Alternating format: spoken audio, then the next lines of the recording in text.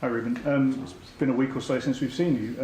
How good was that to have that time on the training ground? And in terms of the injured players, are you able to provide an update on when we might see Mason Mount, Luke Shaw or Johnny Evans? No, it was a good week until 2 days ago. We had some problems also, so we don't have players back. Maybe we'll have one of two issues, but we are waiting. We have one player also is sick, so we'll see the team on weekend. But it was good to work with the team, to feel the players, and to try to improve our performance. So when you setbacks in terms of injuries, yeah. Serious? I know it doesn't feel like you're going to give us any names, but No. We will see at the weekend. How big is this match against Tottenham? Obviously, two sides that have a lot of expectation but haven't lived up to expectations. Yeah, every game until the end of the season is a big game for us. We need to improve the way we play football, but especially we need to win. No matter what, we need to win. And for that, we need to improve the way we play football.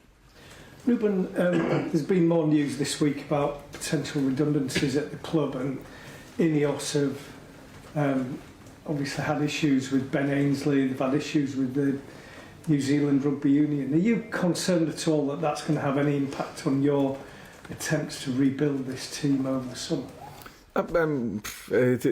Our biggest problem now is Tottenham. We know that the moment of the club, of course, I have to understand all these problems, but that problem of our club is not new. You already knew all the rules of fair play.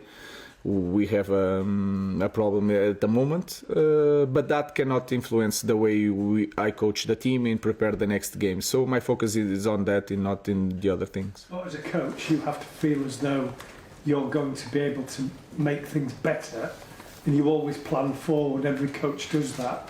So that surely has an impact on whatever discussions you're having.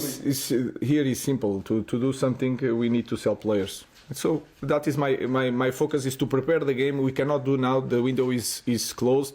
We need to focus on the games that we have, especially the next one, and then in the summer we will see.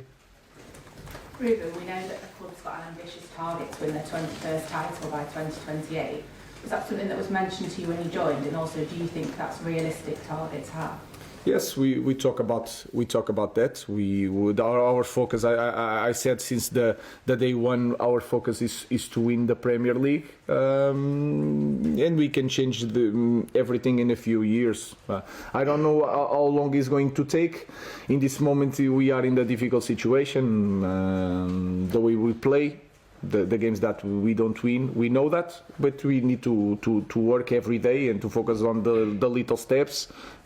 Winning the next game, prepare very well the next summer, and then we will see. Tim.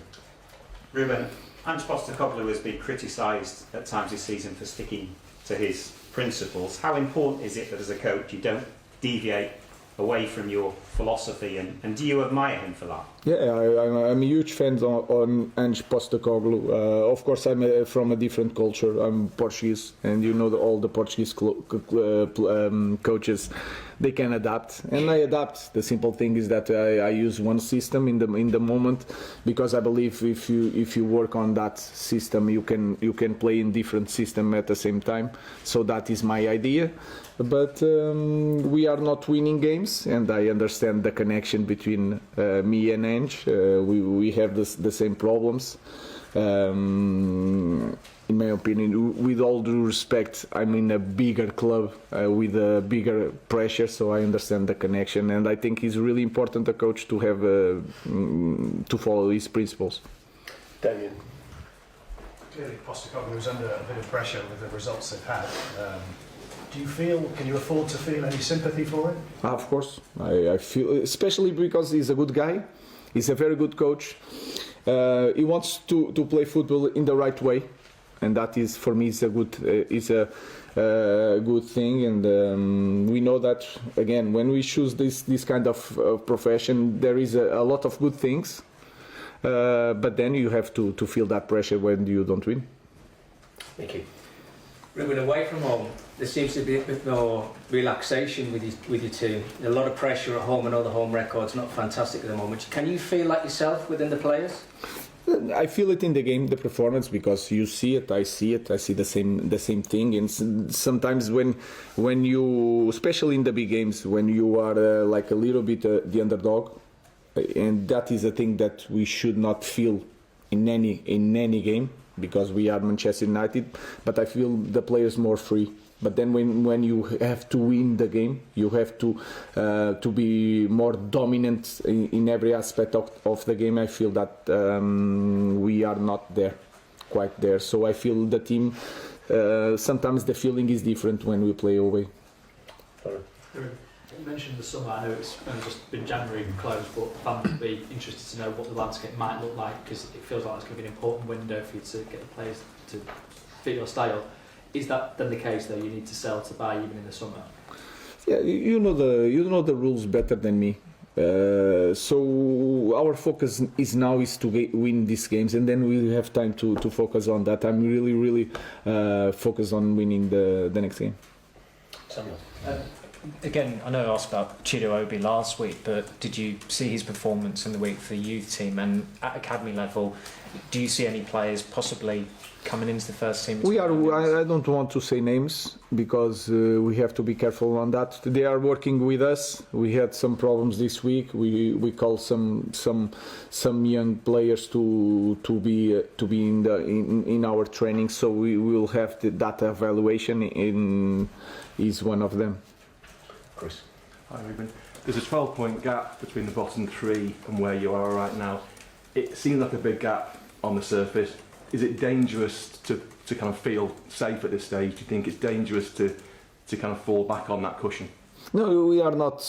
We cannot. It's impossible. If you see that the table, is impossible to feel any type of comfortable in this moment. We just want to win, to improve our performance, because we are Manchester United. We are always talking about the same thing. It doesn't matter the distance for up and down. We need to win the next game, and we need to improve, and we need to perform better. So there is no comfortable in any situation in this club.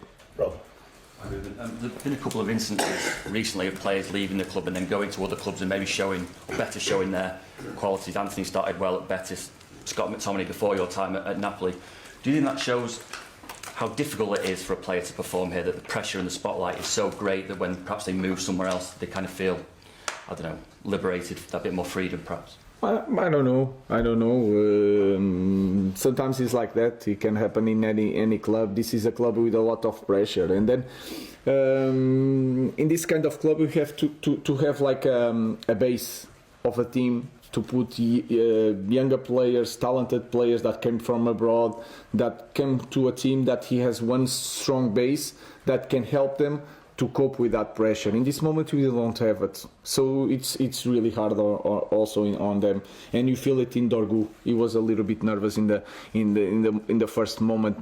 But if you are playing better as a team, you are a strong core that can cope with this and are winning games and are really strong in the games, like it was supposed to be in this kind of club.